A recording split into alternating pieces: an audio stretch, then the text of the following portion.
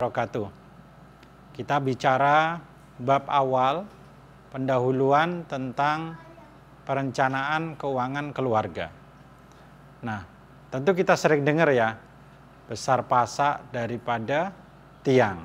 Nah, berarti ini keuangan tidak bisa berhasil sukses membiayai dari kebutuhan yang kita punya, baik pribadi maupun keluarga. Nah, pertanyaannya bagaimana kita merencanakan keuangan sehingga tercapai tujuan. Tercapai tujuan itu apa? Goals kita bisa terbiayai, kebutuhan dasar kita terbiayai, dan kebutuhan-kebutuhan yang sifatnya apa? Insidental juga bisa terbiayai. Oke, sebagai pendahuluan awal ini, saya akan memberikan satu ilustrasi. Ya, ada keran, ada pipa, kemudian ada tempat penampungan air. Ya, nah, jadi saya ulang, ada apa? Keran, kemudian pipa yang menyalurkan air dari keran ini, kemudian ada wadahnya.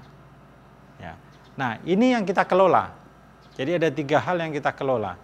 Yang pertama apa? Keran. Keran ini adalah ilustrasi dari pendapatan kita. Nah, pendapatan kita.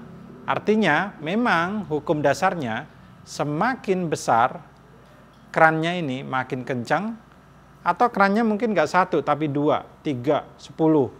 Nah, berarti itu simbol dari pendapatan kita yang makin banyak. Tapi pendapatan banyak, kerannya banyak, kencang, belum tentu juga bisa sukses secara perencanaan keuangan. Apa yang kedua? Ini tadi pipanya, salurannya.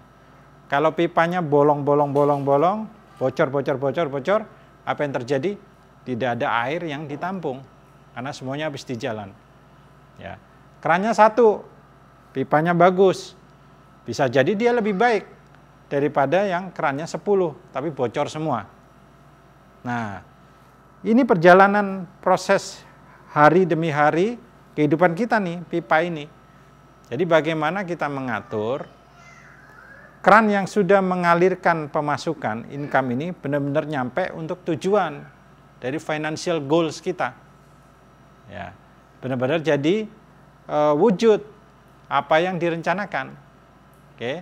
Nah, jadi kalau kita di sini keran dibuka, masuk pendapatan banyak, tapi bocor, apa makna bocornya ini? Berarti dia tidak dipakai sesuai untuk menuju pada goals financial management kita, pengelolaan keuangan kita. Nah, itu namanya apa?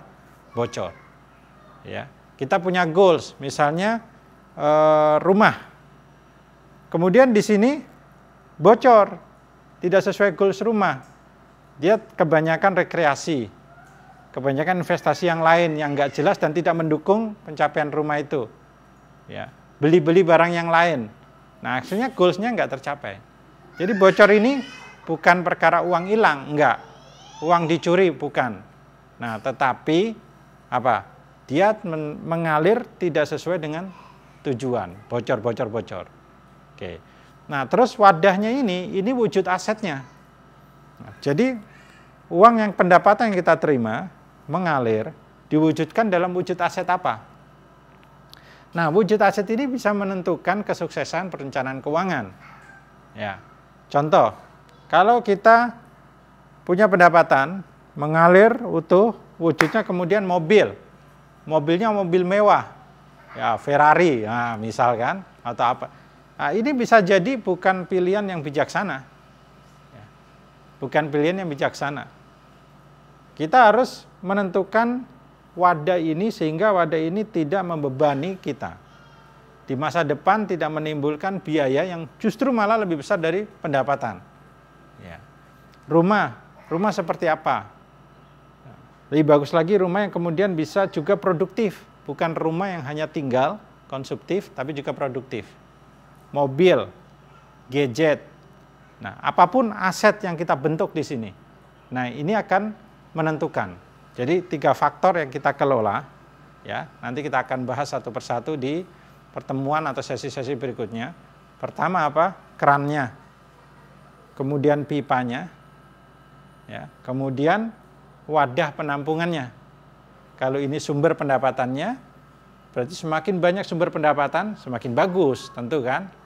Nah, diversifikasi sumber semakin bagus, ya. Kita punya pekerjaan utama, pekerjaan sampingan, ada juga investasi yang menghasilkan pendapatan, ini keren. Kemudian kita kelola sesuai goals, jangan kebanyakan bocor. Nah, wujud aset, ya, finalnya ini juga harus kita pilih. Jangan sampai guidance-nya jangan sampai hanya aset yang konsumtif, tapi juga yang produktif dan menghasilkan lagi untuk kita. Aset ini bisa membangun lagi keran baru lagi, gitu. Oke, ini pendahuluan dari session perencanaan keuangan di Veteran Academy. Simak terus, jangan sampai lewat di setiap materi per materinya. Sampai ketemu akhirnya nanti kuis, ikutin semuanya. Makasih. Assalamualaikum warahmatullahi wabarakatuh.